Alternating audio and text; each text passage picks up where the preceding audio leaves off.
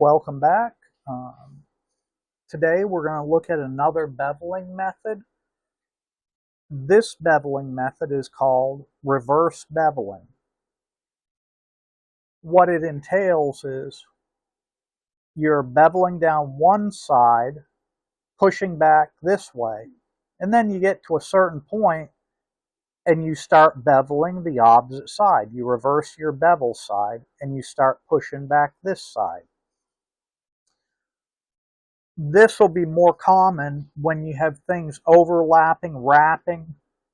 Celtic is a good example when you do reverse beveling.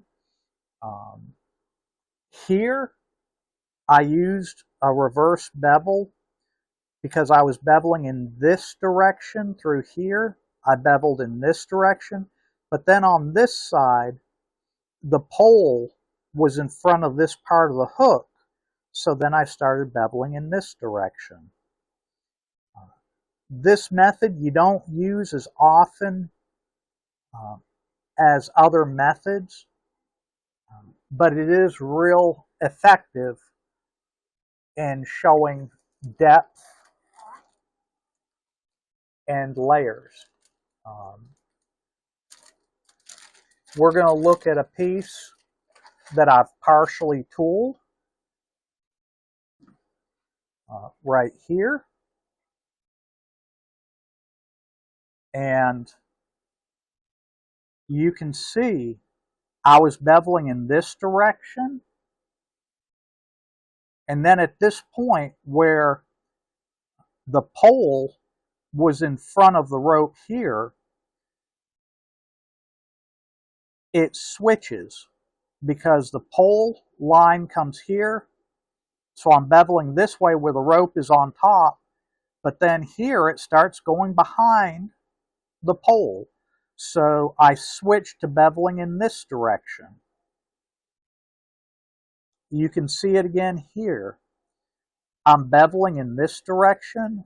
I get to this point right here, and I switch my bevel to follow the pole because this rope is starting to wrap around. With beveling this way, again, I start from the foreground back. I'll start beveling these through here. Then I will clean up the halo. Then I will bevel this, clean up my halo. Then I'll go through and bevel this line and clean up my halo. The reason for the order is you're going from foreground to background because you're building on layers.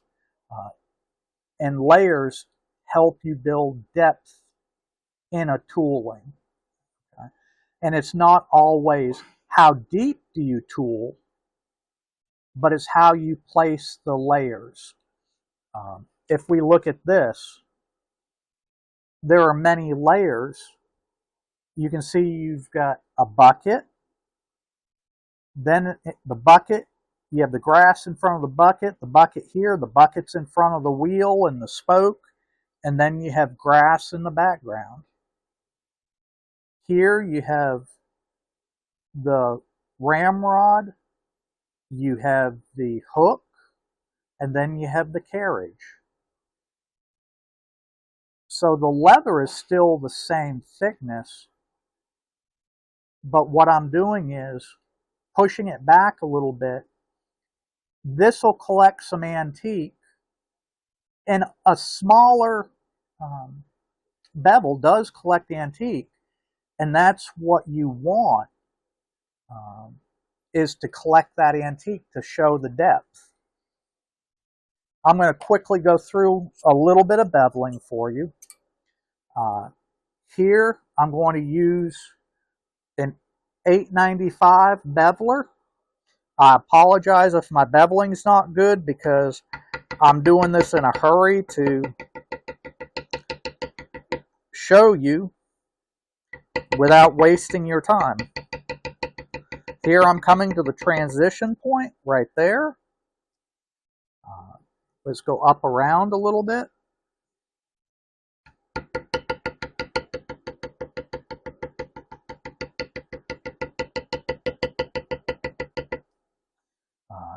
We're going to push back the halo right here. There are two methods we can use. We can take a bigger figure beveler, come in, and I lean it back just a little bit, because I don't want to put another mark from the edge of it in there. I just want to clean that up.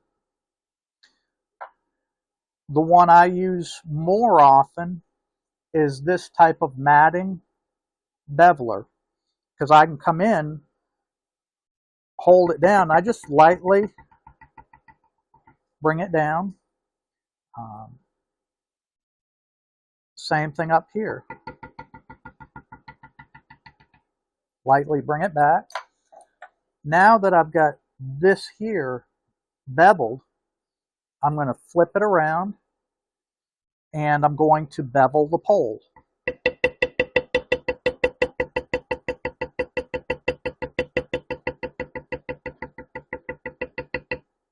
And then I'm going to push back the halo.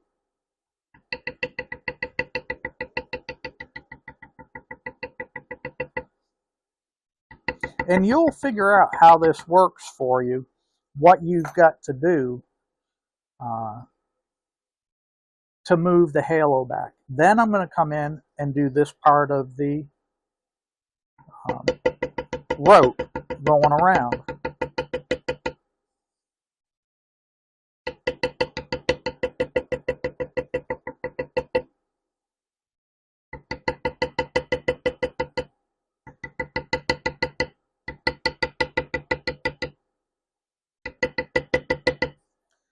And then we're going to go back in with our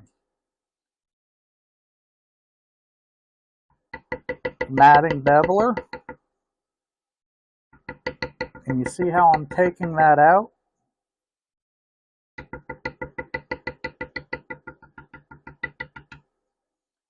Now we don't have that halo.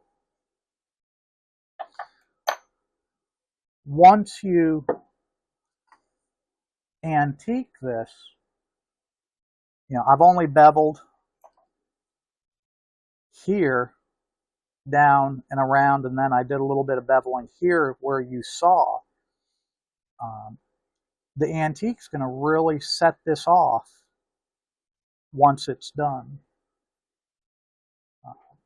But that is reverse beveling. You might not do a whole lot of it, but so far we've done beveling foreground object to background. We've done reverse beveling, and we've still got two more methods to show depth. I appreciate you spending some time with me on these videos. Have a blessed day, and we'll see you in the next video.